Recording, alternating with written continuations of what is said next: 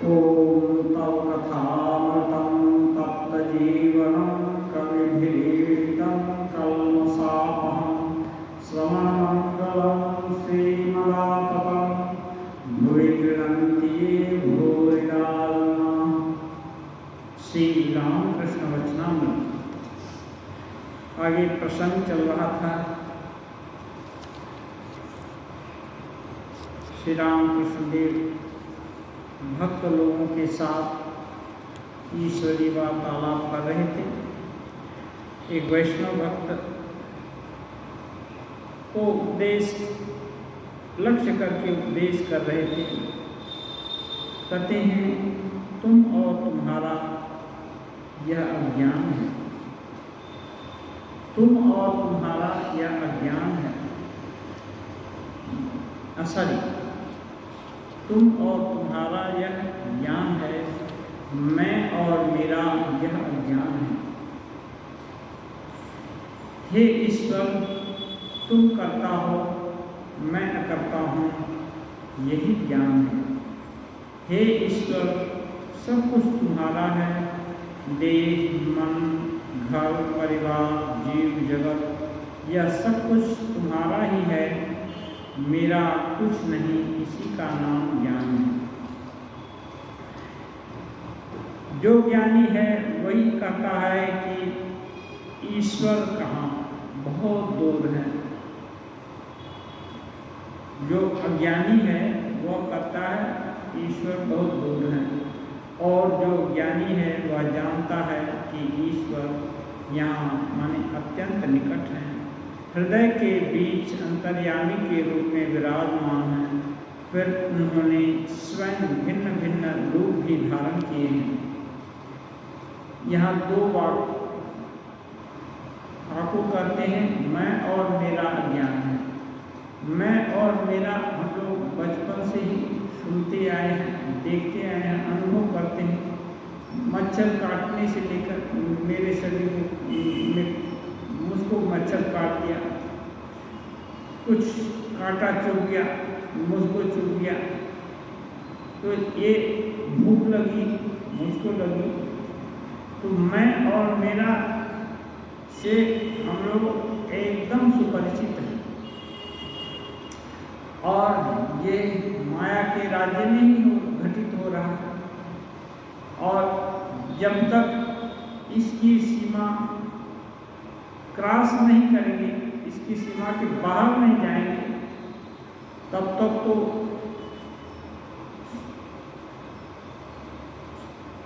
भगवत तत्व की अवधारणा नहीं हो सकती है। क्योंकि स्वाभाविक जो गति है, परांचिकानी व्यकरण स्वयं हो, जो भी स्वभावतः अच्छी चीज लग रही है वो देखने में अच्छी चीज है आपाततः, लेकिन वो साधारण बुद्धि गम्य लोग जो है उसके हिसाब से जो अच्छी चीज लग रही है वो माया के ही अंतर्गत है। जिन्होंने साधना के द्वारा शुद्ध बुद्धि पाली है, शुद्ध बुद्धि की अवस्था तक उपनीत हो गए हैं, उनके दिल में जो बात आती है वो उसकी बात अलग है। इसलिए श्री रामकृष्ण देव साधारण लोगों की बात कर रहे हैं। त्रैलंग स्वामी जी महाराज ऐसे लोगों की बात नहीं कर रहे हैं। तो मैं और मेरा, त्रैलंग स्वामी जी ऐसे महापुरुष मैं बोलेंगे तो जानते हैं मैं शुद्ध बुद्ध मुक्त स्वभाव आत्मा हूँ। वहाँ अज्ञान नहीं है, इस मैं में अज्ञान नहीं है। लेकिन हम साधारण लोग मैं और मेरा, मैं माने ईश्वरी, मेरा अभिमान, मेरा ज्ञान, मेरा अज्ञान, मेरा धन, मेरा अपमान, मेरा सम्मान, ये साधारण लोगों का मैं है और मेरा ये अज्ञान है। तो अब यदि कोई कष्ट हुआ है, कोई तकलीफ हुई है तो उसको दूर करना होगा, तो उसके कारण को ढूंढना होगा कि इसके कारण कष्ट हो रहा है, तो इसका उल्टा कुछ करना पड़ेगा जिससे वो कारण निवृत्त हो जाए। कारण निवृत्त हो गया तो फिर कष्ट का अवसान हो जाएगा, कष्ट खत्म हो जाएगा। इसीलिए मैं का उल्टा तुम और तुम्हारा, भगवान की जिसकी धारणा हो गई है कि मुझको छोड़कर भी मैं का जो की परिधि है उसको छोड़कर मैं जो भी हम आप सब दिख रहे हैं ये सब मैं ही है। मैं का मतलब ये नहीं कि हम और तुम ये है दूसरे को, कोई एक दूसरे को बोल दिया, कोई कहीं चलती भाषा में कोई बोल रहा था, दो दोस्त मिले और दोनों आपस में बात करते हैं, उसमें कोई लोगों के विषय में चर्चा होती है। एक बोलता है कि देखो भाई हम तो सारा दुनिया घूम कर आए, लेकिन हमको दो आदमी को छोड़कर कोई अच्छा नहीं मिला। तो अब दूसरे दोस्त ने कान खड़ा किया, तो क्या कौन है दो आदमी जानने की? तो ये बोला एक तुम और एक मैं। तो ये जो तुम और मैं बोला ये भी मैं के ही अंतर्गत है। ये तुम नहीं हुआ। तुम का मतलब एक दृश्यमान जगत है, इसके बाहर कोई ईश्वरीय शक्ति है जिसको सभी लोग ब्रह्म, भगवान, ईश्वर, देवी देवता जो इस रूप में भी बोलते हैं, वह भगवत तत्व है, ईश्वर तत्व है, वो तुम है। और उसी तत्व को इस अपने क्षुद्र मैं को समर्पित करना है। भगवान मैं तुम्हारा हूँ, मेरा जो कुछ है या मुझसे संबंधित जो कुछ है ये सब तुम्हारा है। इसको यदि हम समर्पित करते हैं तब ये तुम और तुम्हारा हुआ। नहीं तो ये जो दो दोस्तों का मैं और तुम, ये दोनों मैं ही है या ज्ञानी मैं है। लेकिन विज्ञानी का मैं यदि वो सोचता हम ब्रह्मास्मि, तो वो दूसरा मैं, वो शुद्ध मैं है। वो मैं तक पहुँचने के लिए ये जो अज्ञानी मैं और मेरा है इसको छोड़ना है। मेरा भी वहाँ तो कुछ नहीं, मैं और मेरा दोनों एक ही हो जाते हैं। हम ब्रह्मास्मि, मैं ब्रह्म हूँ, मेरा क्या है, मेरा स्वरूप ब्रह्म स्वरूप है। वहाँ मैं भी एक जो है, मेरा भी वही है, वहाँ और कुछ नहीं रह जाता। लेकिन इस व्यक्त संसार में मैं और मेरा ये करने से ही पूरा जो जंजाल होता है। इसलिए अब इस रोग से मुक्ति पानी है तो साधना करना है, तो कोशिश करना पड़ेगा। तुम और तुम्हारा ईश्वर भाव सभी मेरेपन में लाना पड़ेगा। यह ईश्वर ये सभी तुम्हारा है और मैं भी तुम्हारा हूँ। इसको ठाकुर ज्ञान बोलते हैं। ये भी ब्रह्म ज्ञान, भगवत ज्ञान नहीं है। ज्ञान ये इस जीव जगत में कोई भी एब्सोल्यूट सत्य नहीं है और कोई भी एब्सोल्यूट मिथ्या नहीं है। ये तुलनात्मक मिथ्या और सत्य है।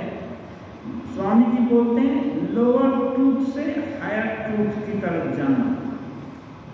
जैसे कौवा बोलते हैं बच्चों को सिखाने के लिए, तो कौवा होता नहीं है, लेकिन बिना बताए वो सीख नहीं पाएगा वर्णमाला। इसलिए कौवा उसको बोलना पड़ता है। तब क्या धीरे धीरे ट्रेनिंग हो जाए।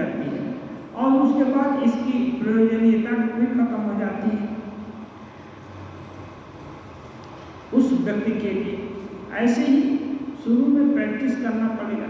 ये सब कुछ जो कुछ है वो तुम्हारा है। इसलिए ऐसा साधक जो बिगिनर्स है वो प्रार्थना करेगा, हे ईश्वर तुम करता हो, मैं अकर्ता।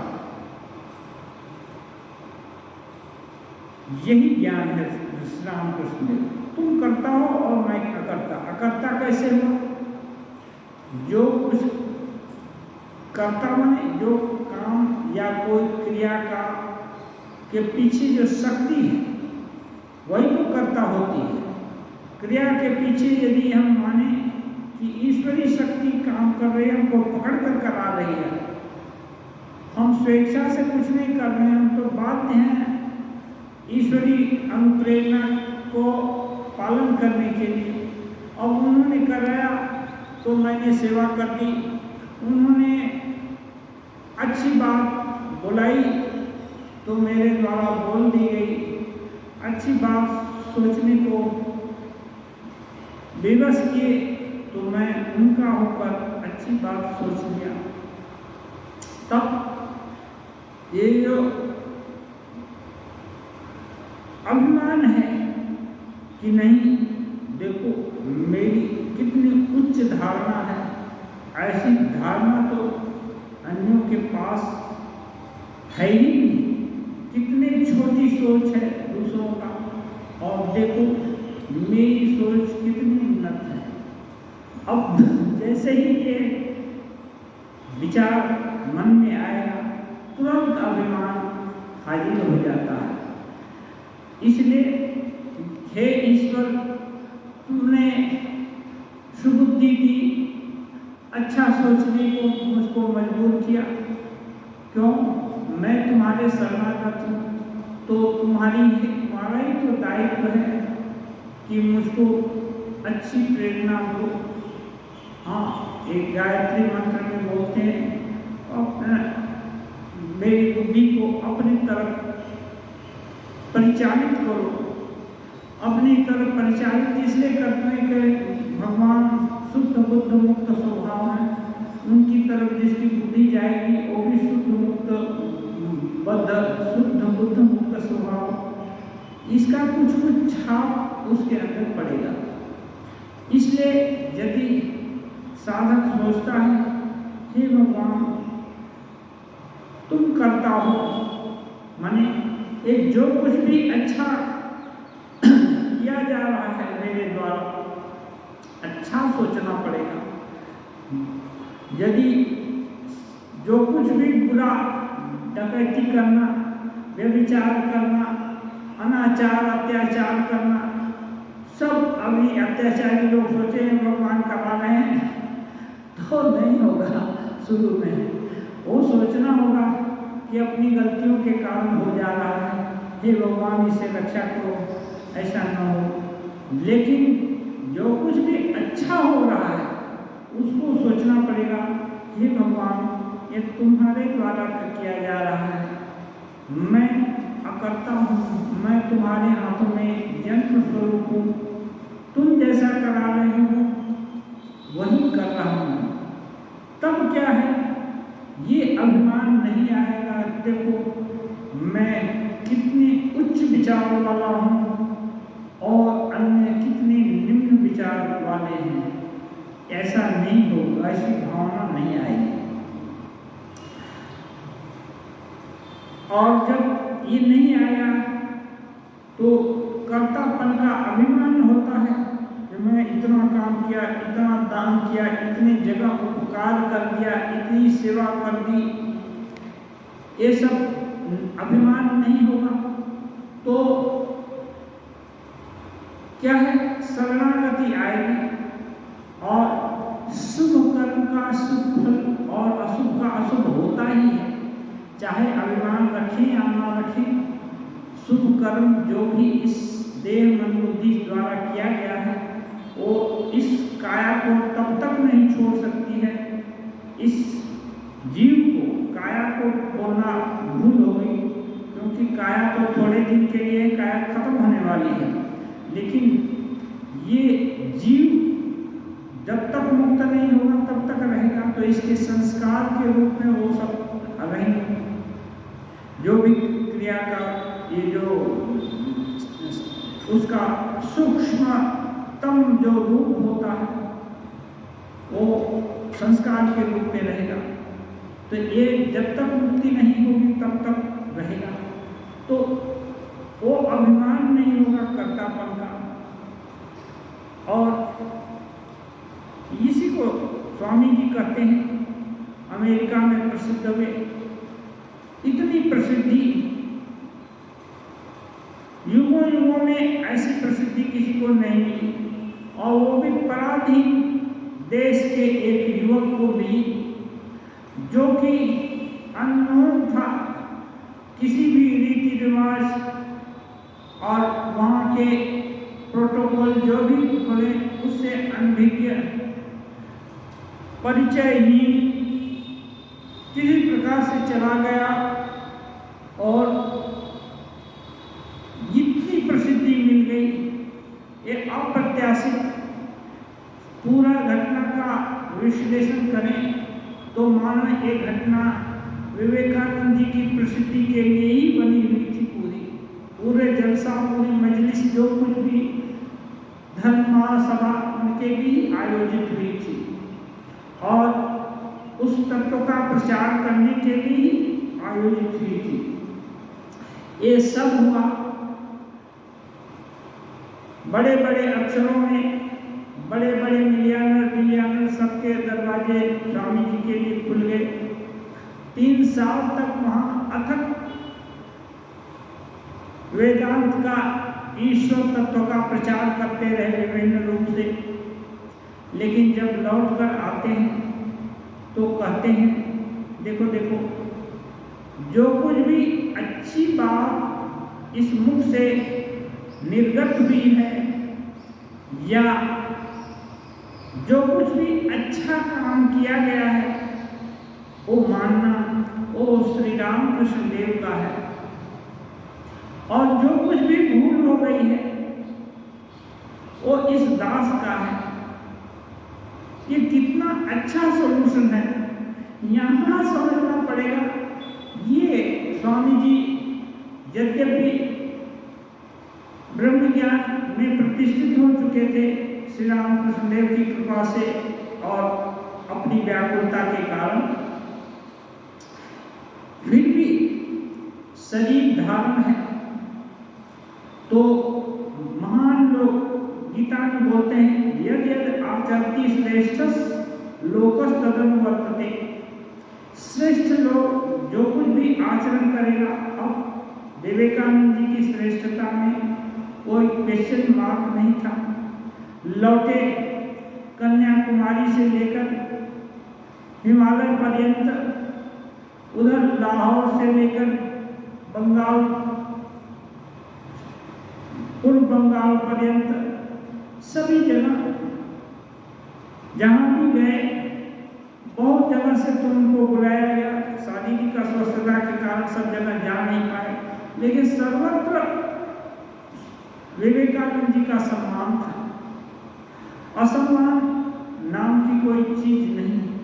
हो सकता है किसी का दिल जलता हो, ऐसे लोग समाज में होते ही हैं, छिटके फुटके, तो उन लोग की गिनती यहाँ नहीं होती है। लेकिन इतने प्रसिद्धि पाकर भी वो बोलते हैं, जो कुछ भूले हुई हैं, यदि कभी किसी के लिए अभिशाप मुंह से निकला है या कटु वाक्य निकला है, तो ये सोचो कि ये मेरा है, ये उनका नहीं। वो गुरु जी को अपने किसी भी अप्रिय घटना का श्रेय नहीं देना चाहते, लेकिन जो कुछ भी अच्छा हुआ है सबका श्रेय उनको देते हैं। ये है अकर्ता, तुम करता हो और मैं अकर्ता। ये टेस्टिंग हो गई है ये देखकर। इसलिए जो भी रामकृष्ण विवेकानंद के अनुयायी हैं, हम लोग जहाँ कहीं भी धरिए अभी वासंती दुर्गा पूजा हुई, इसमें आप लोग बहुत मेहनत किया है, करना ही पड़ता है। और जहाँ भीड़ होती है, कुछ लोग ही नींव की ईंट होती है, अधिकांश लोग कमूरा बनना चाहते हैं या कमूरा दिखाना चाहते हैं, वो हाईलाइट होना चाहते हैं या उसका सुविधाजनक पक्ष ग्रहण करना चाहते हैं। प्रसाद पा लिया और हाथ धोकर धीरे से चलते बने। तो लेकिन जो नींव की ईंट पड़े हुए लोग कार्यकर्ता लोग हैं, उनके कारण ही उनका प्रसाद पाना नहीं हुआ, नहीं तो वो भी संभव नहीं होता। इसलिए ये जो नींव की ईंट है, यदि सोचे कि नहीं उसके कारण सब कुछ हुआ है, बहुत कुछ हुआ है, तो ये मैं और मेरा हुआ। अब तब उसको थोड़ा फल जरूर होगा, शुभ कर्म का शुभ फल निश्चित होगा, लेकिन ये आध्यात्मिक जो विरासत उसको मिलनी चाहिए थी, वो उससे वंचित रह जाएगा। इसलिए यदि करते समय जो काम कर रहे हैं, मेहनत हो रहा है, तो सोचिए कि हे भगवान, तुम शक्ति दिए हो, तुम्हारी शक्ति के कारण ये हो पा रहा है। तुम शक्ति नहीं देकर अभी बीमार कर देते, अभी कहीं चोट पोट लगाते गए गिरा पड़ा देते, तो चल नहीं सकता था, तो क्या करते। तो यदि ये कर पा रहा किया जा रहा है या हो जा रहा है, तो ये तुम्हारी शक्ति, तुम्हारी इच्छा है। ये इसका जो भी श्रेय है ये तुम्हारा है। तब ये साधना का अनुस्वरूप हो जाएगा और इसे अभिमान तो आएगी नहीं। प्लस भगवान का वो तो दिल देखते हैं, जिसका दिल जितना ही शुद्ध होता है, वहाँ उनका प्रकाश और होता है। कहते हैं कोई एक कदम उनके तरफ आगे बढ़े तो वे 100 कदम आगे बढ़ते हैं। हाँ, हम लोग कदम गिनना नहीं जानते हैं, लेकिन महापुरुष लोग की जो उक्तियाँ हैं उन पर विश्वास रखें तो ऐसा होता है। वहाँ दया का, करुणा का ये कमी नहीं है। उनकी कृपा वायु हर समय बह रही है, केवल पाल उठाना है, थोड़ी समझ को बदल देना है। स्पीड से बॉल आ रही है, आजकल क्रिकेट खेलते हैं तो स्पीड से बॉल आ रही है, थोड़ा सा टच कर दिया तो बाउंड्री क्रॉस कर जाएगी। उसकी वेग से अपने को एफर्ट नहीं लगाना होगा, उल्टी गति से, और कैच भी नहीं होगा। उसके लिए ट्रिक ये क्या है, साधना करके बहुत रियाज करता है लड़का लोग, रियाज करके वो दक्षता हासिल कर लेता है, वो स्पॉट ऑफ मोमेंट में वैसा होता है। ऐसे ही हम साधक साधना करके अपने मन को इतना ट्रेंड कर लेते हैं कि मन कितना बड़ी अच्छा काम होता है, तो मन अपने आप भगवान की कृपा के को याद करके भाराक्रांत हो जाता है और काले शेष में बार बार उनको ही नमन करके निवेदित करता है कि हे भगवान, आपकी इच्छा से, आपकी कृपा से ये हो गया, नहीं तो मेरी क्या औकात, मेरी क्या सामर्थ्य जो मेरे द्वारा ऐसा कुछ होता। इसका नाम है तुम करता और मैं अकर्ता। ये प्रैक्टिस करने से बाद में जब ब्रह्म ज्ञान हो जाएगा तो फिर वो मैं ईश्वर का मैं हो जाएगा। फिर वहाँ मैं और मेरा वो असली मैं हो जाएगा, ठीक, एक कच्चा मैं नहीं रहेगा। हे ईश्वर, सब कुछ तुम्हारा है, यह देह, मन, घर, परिवार, जीव, जगत सब तुम्हारा ही है। देह पहले ही देह करते हैं। ये देह इतना प्यारा है कि इस देह को ही लेकर के तो जन्मा है। इस देह से ज़्यादा प्यारा और कुछ नहीं है, और इसी को देहासक्ति बोलते हैं। ये देह की आसक्ति अंतिम समय तक चाहती नहीं है। यदि देह की आसक्ति चली आई, उसके स्थान पर भगवत आसक्ति भगवान के प्रति आसक्ति हो गई या प्रेम हो गया।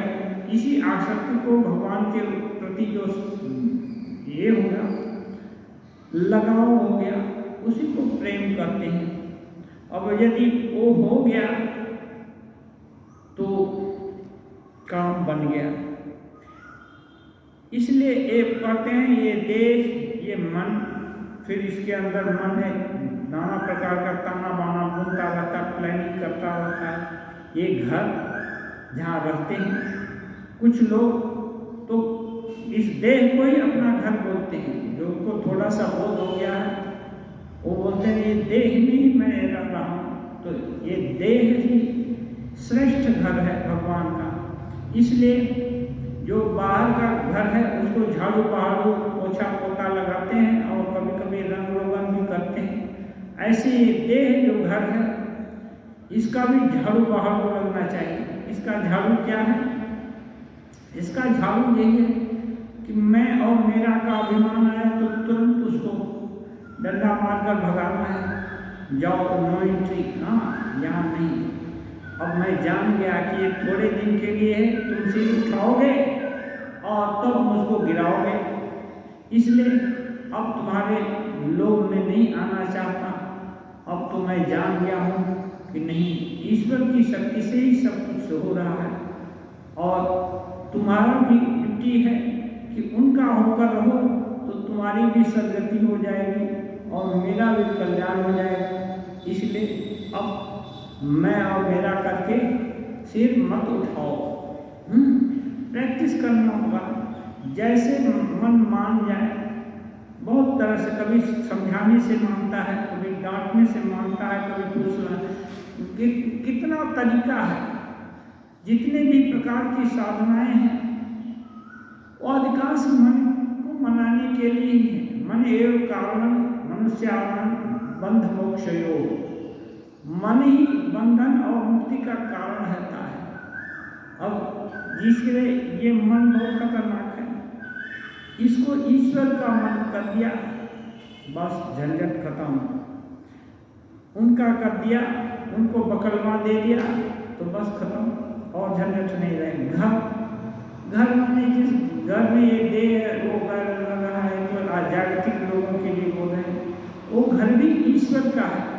तब अभिमान नहीं होगा कि इतनी बड़ी हवेली मेरी है, इसको इतने करोड़ रुपये बेचूं तो मिल सकता है, इतने करोड़ की या इतने लाख की के मकान में रहता हूँ, या किसी का झोपड़ी होगा तो इतने हजार की रह रहा हूँ। बहुत दयनीय अवस्था में रह रहा है, टेंट लगाकर, तो सोचेगा कि मेरा इतना तुच्छ घर है। ये दयनीय अवस्था भी, ये दैन्य भी, लेकिन अभिमान है, अभावग्रस्त होने का लक्षण है। तो ये यदि है कि मैं इतना गरीब, इतना ये निर्धन ऐसे रह रहा हूँ, इतने कष्ट पा रहा हूँ, ये भी बंधन का कारण है। यहाँ भी मुक्ति नहीं है। जैसे अट्टालिका में रहना और उस अट्टालिकापन का अभिमान, और वैसे ही टेंट पना का अभिमान भी, ये त्रिपाल लगाकर सड़क के किनारे पड़े हुए हैं, धूल माटी सब आ रहा है, आगे ये क्या करें, इसी में गुजारा हो रहा है। यही मेरा है। तो ये मेरा जहाँ भी रहेगा वो अज्ञान का बंधन उतना ही रहेगा। ये घर, लेकिन ये टेंट आपका है, आप इसमें मुझको रख रहे हो, आपका शुक्रगुजार, आप यहाँ रह रहा हूँ आपकी इच्छा से।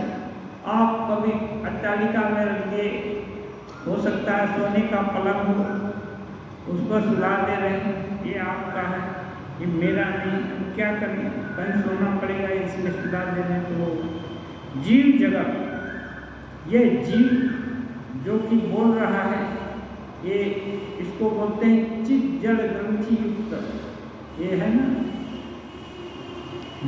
ये देह आत्म संघात, आत्मा और देह का संघात, देह है उनका संघात, ये है जीव। और जगत, जगत माने जो पूरा जन्म है पूरा, हाँ, हम तुम जो है ईश्वर का तुम नहीं, ये जगत, यह सब तुम्हारा ही है। जितना भी व्यक्त चीज है जिनसे हमारा रिलेशन है या जरूरत पड़ जाती है या पड़ सकती है, वो सब तुम्हारा है, मेरा कुछ नहीं। इसी का नाम ज्ञान है। ये चरम ज्ञान नहीं है, ये साधक का ज्ञान है। आप सही रास्ते से चल रहे हैं और आप पढ़ लिए, क माने कौवा, क सीख लिए, वर्णमाला सीख लिए, अच्छा ये हमसे शुरू होगा। अच्छा, और बोलते हैं जो अज्ञानी है वही कहता है कि ईश्वर वहाँ, ज्ञानी लोग बोलते हैं ईश्वर यहाँ है।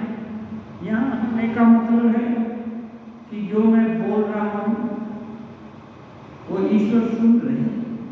ईश्वर को पुकारने के लिए या कुछ करने के लिए मंदिर में या कोई देवालय में जाने का जरूरत नहीं, जहाँ वहाँ भी जाकर बोलने से सुनेंगे, यहाँ भी दिल में बोलने से भी सुन रहे हैं। तो वो ज्ञानी है, वो पहला स्टेप उसको सीख लिया है।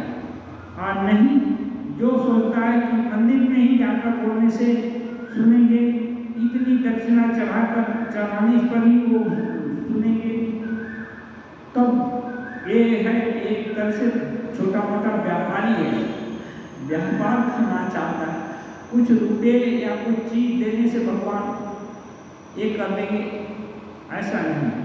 भगवान के पास कितना भी दिया जाए तो नहीं के बराबर है, कुछ ना दिया जाए, केवल सिर झुकाकर प्रणाम किया जाए वो भी यथेष्ट है।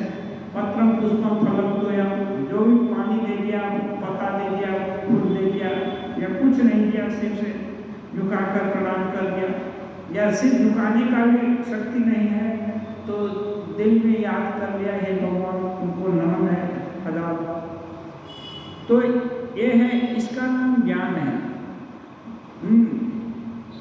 ईश्वर वहाँ है, बहुत दूर है, इसका मतलब आकाश में कोई बोलता है ऊपर है, ऊपर वाले, हाँ, तो ये ऊपर है, ये नहीं जानता है, ऐसे सुन रखा है। जो ज्ञानी है वह जानता है ईश्वर यहाँ नहीं, यहाँ है, अनंत अत्यंत निकट हृदय के बीच अंतर्यामी के रूप में विराजमान है।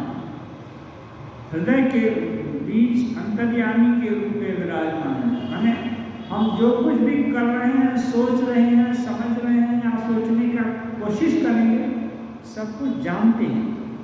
ऐसी दृढ़ धारणा यदि किसी की हो जाए तो ठाकुर बोलते हैं भावे घरे चूड़ी, भाव के घर में चूड़ी होना क्या है? मुख से एक बोलेंगे, मन से दूसरा सोचेंगे और कार्य से तीसरा कुछ कर रहे हैं। हाँ, सभी जगह कोई जगह संगति नहीं है, तो ये नहीं हो सकता है। यदि कंट्रोलर समझ लेंगे कि हाँ ईश्वर करता है और मुझसे करा रहे हैं, मेरे ही भीतर है, तो कुछ जो कुछ भी करेंगे वो जहाँ समय ध्यान में देख लेंगे वही करा रहे हैं, फिर आप क्या, हाँ, और वहाँ से धोखा नहीं है, फिर जितना हो सकेगा उससे अच्छा ही काम किया जाएगा। फिर उन्होंने स्वयं भिन्न भिन्न रूप भी धारण किए हैं, ये भी श्री रामकृष्ण देव बता दे रहे हैं। केवल यही नहीं समझना कि मेरे हृदय में ही अंतर्यामी रूप से विराजमान है, दूसरे सभी व्यक्त रूप जो दिख रहे हैं, हाँ, वो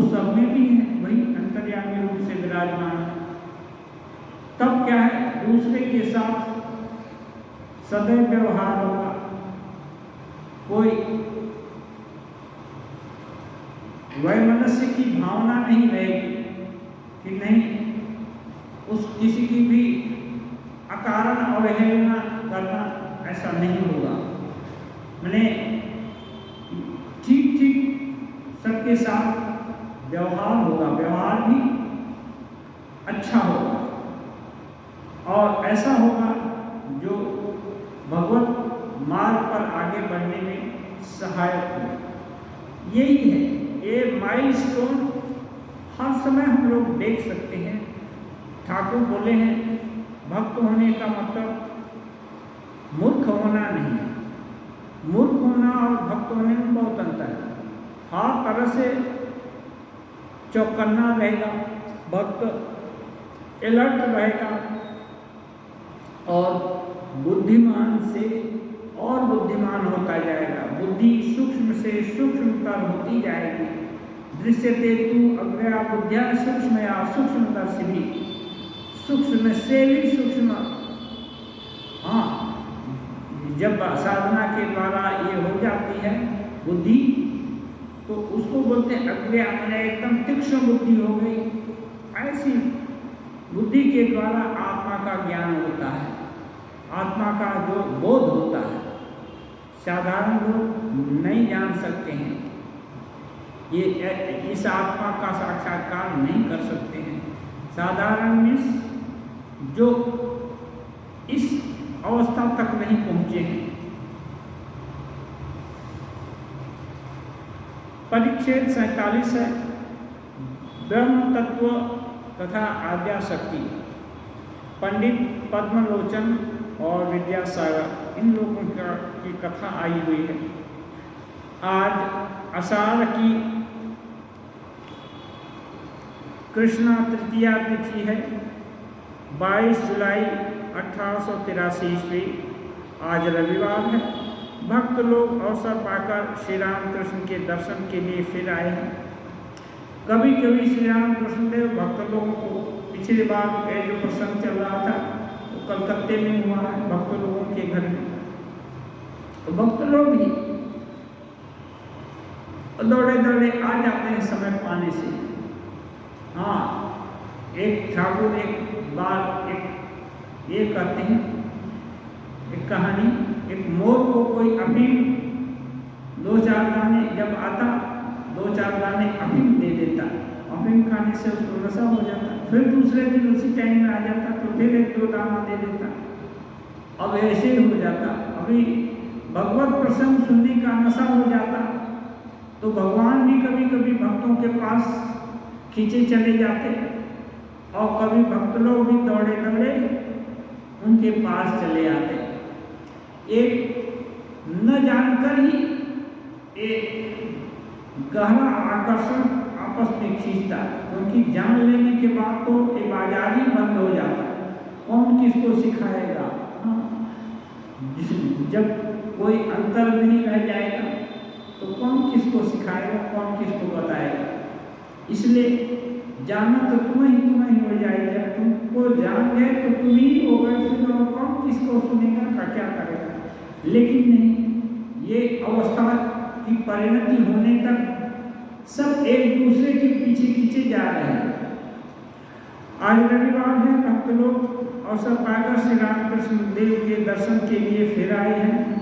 अधर, राखाल और मास्टर कलकत्ते से एक गाड़ी पर दिन के 1-2 बजे दक्षिणेश्वर पहुँचे। खा पी कर घर द्वार का काम करके पहुँच गए। श्री रामकृष्ण भोजन के बाद थोड़ी देर आराम कर चुके हैं। कमरे में मणि मल्लिक आदि भक्त भी बैठे हैं। श्री रामकृष्ण अपने छोटे तख्त पर उत्तर की ओर मुंह किए बैठे हैं।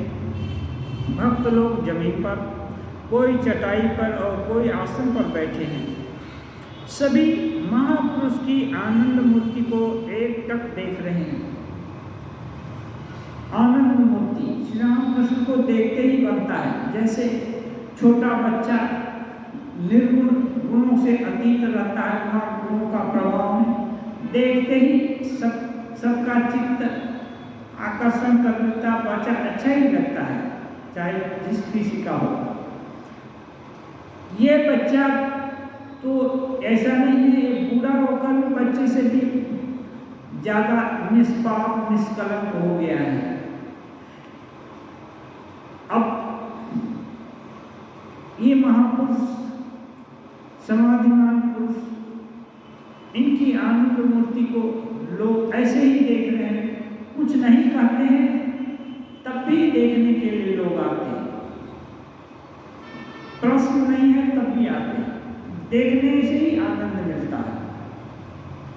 कमरे के पास ही पश्चिम की ओर गंगा जी दक्षिण वाहिनी होकर बही जा रही है। वह भाटा होता है तो दक्षिण वाहिनी, ज्वार होता है तो उत्तर वाहिनी। वहाँ दो, इसलिए कभी दक्षिण वाहिनी बोलते हैं, कभी उत्तर वाहिनी। ज्वार हुआ तो उत्तर वाहिनी, भाटा हुआ तो दक्षिण वाहिनी हो गई गंगा जी।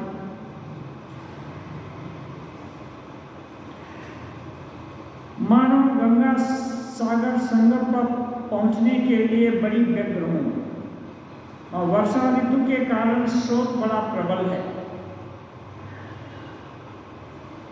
केवल राह में क्षण भर के लिए महापुरुष के ध्यान मंदिर के दर्शन और स्पर्श करती हुई जा रही हैं। सजीव चित्रण करते हैं मास्टर महाशय कि वर्षा ऋतु है,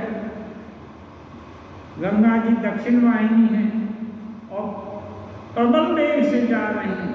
मानो एकदम उनको और आगे पीछे कहीं दिखाई नहीं दे रहा है।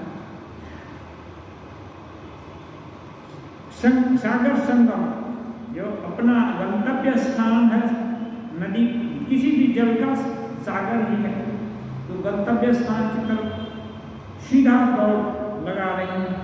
लेकिन ये महापुरुष का ध्यान मंदिर बगल में है, उस ध्यान मंदिर को स्पर्श करती हुई जा रही है। थोड़ा उत्तम सानिध्य लाभ कर रखे जा रही है। मणिमल्लिक एक और साधु को देखा है। मणिमल्लिक कब कह रहे हैं, एक और साधु को देखा है। वे कहते हैं इंद्रिय संयम के बिना कुछ नहीं होगा, सिर्फ ईश्वर की रट लगाने से क्या होगा। इंद्रिय संयम ये है, 5 महाव्रत है, उसके बिना कुछ भी होना संभव नहीं है। आध्यात्मिक वो क्या है, उसको सार्वभौम महाव्रतम कहते हैं योग सूत्र में। ये बौद्ध मत में भी है। अपना जितना भी भारतीय ये सददर्शन है सभी स्वीकार करते हैं, ये होना चाहिए। अहिंसा, किसी के अमंगल की इच्छा नहीं होना, नक्सल में अहिंसा। सत्य, ठाकुर बोलते हैं मनमुख एक करके जो बोलना है, क्योंकि सत्य रिलेटिव है। सत्य स्वरूप तो भगवान है, भगवान तक छोटा नन्हा बच्चा बोला अभी तुरंत कैसे चला जाएगा, लेकिन नहीं, जो सोचता है जो जानता है वही बोल देता है, कोई बनावट नहीं है, वो सत्य। अहिंसा सत्य, अस्तेय, कहीं कुछ पड़ा हुआ किसी का दिखा उसको अपना बना लेने की, ले लेने की इच्छा, by hook and by crook, जैसे भी वो उसको कैसे भी एक करके हमारा हो जाए, तो सत्य अहिंसा। अस्तेय और चोरी करने का उल्टा, वो अस्तेय का उल्टा हुआ किसी का संपत्ति ले लेना। अस्तेय का मतलब किसी की भी कोई चीज बिना उपार्जित किए, किसी का अच्छा धन दौलत देखकर या कोई चीज भी देखकर किसी के मन में होता है ठीक है मैं भी मेहनत करूंगा, धन कमाऊंगा और एक चीज उपार्जित करूंगा, तो उसको चोरी नहीं बोलते हैं। लेकिन सीधा उठाकर अपना बना लूंगा उसको चोरी बनाते हैं, या चुराने की इच्छा होती है वो भी चोरी है। इसका उल्टा कुछ भी पड़ा हुआ है या किसी का कुछ नहीं चाहिए तो अचौर्य बोलते हैं, अस्तेय। अहिंसा सत्य अस्तेय। ब्रह्मचर्य, ब्रह्मचर्य का शाब्दिक अर्थ है ब्रह्म में विचरण करना, विचरण करना। ब्रह्मचर्य सदा ब्रह्म के ही चिंतन। हाँ, आसुप्ते आमते सर्वदा वेदांत चिंतन। हाँ, आसुप्ते आमते नए वेदांत चिंतया दद्यान नावसरं कंचित कामादीनां कथंचन। तो जब तक नींद ना आए, आसुप्ते आमते, जब तक मृत्यु न हो जाए, काल को, समय को वेदांत की चिंता में ही बिताए। दद्यान नावसरं, कोई अवसर न दे, कामादीनां कथंचन, काम आदि, काम क्रोध मद मोह लोभ भय शोक, इनको थोड़ा भी अवसर न दे। तो इसको बोलते हैं अहर्निश वेदांत चिंतन, ब्रह्म चिंतन। तो ऐसे ही क्या है, ब्रह्मचर्य का मतलब ऐसा होना है। लेकिन ग्रास रूप से ब्रह्मचर्य का मतलब शारीरिक सेलिब्रेसी, जो ये है सेलिब्रेसी की रक्षा करना, पवित्र रखना, उसको बोलते हैं ब्रह्मचर्य। हाँ, एक ग्रास रूप से हुआ शारीरिक ब्रह्मचर्य। ब्रह्मचर्य 3 स्टेज में होता है, शारीरिक, मानसिक और आध्यात्मिक। तो सब मिलाकर के यदि परिणत हो जाए चरण, तो सब समय ब्रह्म में ही विचरण करेगा। ऐसे लोग से उनका श्री रामकृष्ण देव बेताले पाप पड़ेगा। मीन्स ऐसे आदमी का पदस्खलन कभी नहीं हो सकता है जो हर समय ब्रह्म में विचरण कर रहा है। उसके नीचे जो है ब्रह्मचर्य का पालन करना चाहता है, उसको यदि घमंड है कि उसके अंदर कभी काम विकार या लोभ या वासना नहीं होगी, तो घमंड आने से तुरंत जो रिपु है वो प्रबल हो जाते हैं। इसलिए घमंड नहीं होना चाहिए। मामेव एक प्रपद्यन्ते मायाम एतां तरन्ति, जो मेरी शरणागत होगा वही इस दुस्तर माया से पार होगा। तो इसलिए जो भी ठीक ब्रह्मचर्य का पालन करना चाहता है, भगवान के प्रति शरणागत होगा और अपना जो कुछ भी मन बुद्धि का विकार है वो सब निष्पक्ष भाव से खोलकर भगवान के सामने रख देगा और प्रार्थना करेगा कि मेरी रक्षा करो, मेरे अंदर ऐसा शुभ विचार आ रहा है, ऐसा अशुभ विचार आ रहा है, इसकी बाउंड्री तुम्हारे हाथ में है। हाँ, इसकी बागडोर तुम्हारे हाथ में है।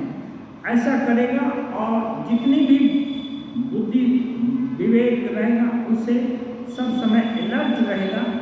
तो ये है, इसको ब्रह्मचर्य कहते हैं। ब्रह्मचर्य, अहिंसा, सत्य, अस्तेय, ब्रह्मचर्य और अपरिग्रह। यहाँ अपरिग्रह का मतलब जितना भी कम से कम साधन में संतुष्ट हो जाना, अपना काम चला लेना। अधिक से अधिक संसाधन जुटाते जा रहे हैं, अनलिमिटेड, जिसका कोई जरूरत नहीं है, वो धरा का धरा रह जाएगा, पड़ा का पड़ा रह जाएगा। लेकिन जुटाते हैं तो जुटा ही नहीं, ये नहीं है, वो नहीं है, वो चाहिए। तो जब सब समय कोई चीज़ संग्रह करने में ही दिल दिमाग लगा रहेगा, शक्ति लगी रहेगी, तो भगवत चिंतन कब करेंगे? तो ये साधन पथ में पारगा है। ये यदि इसमें एक 5 गुण किसी में है या कोई चेष्टा कर रहा है, तब उसके द्वारा ही भगवत तत्व ठीक समझ में आ जाएगा। इंद्रिय संयम के बिना, इसलिए इंद्रिय संयम में सब कुछ आ जाएगा, कुछ नहीं होता, ऐसा साधक लोग बोलते हैं। अब श्री रामकृष्ण देव क्या करते हैं देखना है। श्री रामकृष्ण, इन लोगों का मत यह है कि पहले साधना चाहिए, सम दम प्रतीक्षा चाहिए, ये निर्वाण के लिए चेष्टा कर रहे हैं। ये श्री रामकृष्ण ने बताते हैं, ये निर्वाण के लिए, निर्वाण में मुक्ति के लिए है। ये सब पहले साधना चाहिए। और श्री रामकृष्ण ने अभी कलियुग काल का ये बताए हैं, भक्ति के द्वारा भी, लेकिन ये सब कुछ होगा। अहिंसा, सत्य, अस्तेय, ब्रह्मचर्य, परिग्रह सब होगा। यदि नहीं ये चीज उस किसी के अंदर है और कितना भी भक्तिमान है तो अभी पहली सीढ़ी पर भी नहीं चढ़ा है। इसकी जितनी प्राधान्यता होगी किसी के अंदर वो उतना ही उन्नत माना जाएगा। इसमें भी तो ये बोल रहे हैं कि ये निर्वाण के लिए चेष्टा कर रहे हैं। ये वेदांती हैं, सदैव विचार करते हैं ब्रह्म सत्य और जगत मिथ्या, माने असली चीज पर विचार करते हैं। सत्य क्या है? ब्रह्म है। और ब्रह्म कहाँ है? सर्वत्र व्याप्त है। हमें, तुम्हें, खंड में जहाँ देखो वहीं राम, सभी जगह ब्रह्म है। हाँ, ये इसकी अवधारणा करना। तब क्या है? जो मोह है, लोभ है, ये सब धीरे धीरे निराकृत हो जाते हैं। श्री रामकृष्ण कहते हैं बड़ा कठिन मार्ग है ये ज्ञान विचार करना और हर समय लगे रहना, बड़ा कठिन मार्ग है। यदि जगत मिथ्या हुआ तो तुम भी मिथ्या हो। अपने शरीर, तुम माने ये शरीर के साथ जो ये है हम बात कर रहे हैं, तो ये भी मिथ्या हुआ। जो कह रहे हैं वे स्वयं मिथ्या हैं। उनकी बातें भी स्वप्नवत हैं, बड़ी दूर की बात है। ये सूक्ष्म दृष्टि नहीं होने से समझ में नहीं आए। जो बात बोल रहे हैं, जो उपदेश दे रहे हैं या उपदेश पा रहे हैं, वो सभी मिथ्या है। माने मिथ्या माने टिप्पणी, ये असल सत्य नहीं है। आज कौ माने कौवा बताया तो कौ माने कौवा होता नहीं है, ये मिथ्या है। लेकिन पहली कक्षा पास करने के लिए कौ माने कौवा तो बताना पड़ेगा। इसलिए ऐसा सब ये साधक जो ज्ञान विचार के साधक है वेदांत के, वो समझते हैं कि ये सब यही जो दिल में धारणा हो रही है या गुरुजी लोग जो बता रहे हैं या उपनिषद वेदांत जो बता रहे हैं, ये ज्ञान भी चरम ज्ञान नहीं है। इसका सहारा लेकर असली अवस्था में उपनीत होना है। बड़ा कठिन मार्ग है, वहाँ मैं भी नहीं रहूँगा, सब खत्म हो जाएगा। फिर भी अपनी भी बलि देने के लिए तैयार है। इसको बोलते हैं बलिदान। माने अपना जो कुछ है सब कुछ दे दिया। हाँ, पहले नहीं मालूम कि इसकी उपलब्धि क्या होगी, परिणति क्या होगी। गुरु के मुख से सुन लिया, शास्त्र वेदांत वाक्य से जान लिया और पूरा देने के लिए, सब कुछ देने के लिए कटिबद्ध हो गए। इसको बोलते हैं बलिदान, बलि का दान। अच्छा, यह कैसा है जानते हो? जैसे कपूर जलाने पर कुछ भी नहीं रहता। माने ये मानो ये जो क्रिया हो रही है असत के कारण हो रही है, लेकिन कपूर तो जल रहा है, ये साधना भी चल रही है, ज्ञान विचार भी हो रहा है, सब कुछ हो रहा है। लेकिन इसकी परिणति यही भी है कि नमक का पुतला समुद्र में जाकर अब कोई नमक नहीं रह जाएगा, अब समुद्र बन जाएगा। तो लकड़ी जलाने पर राख तो बाकी रह जाती है। हाँ, अंतिम विचार के बाद समाधि होती है, तब मैं तुम जगत इन सब का कोई पता ही नहीं रहता। अंतिम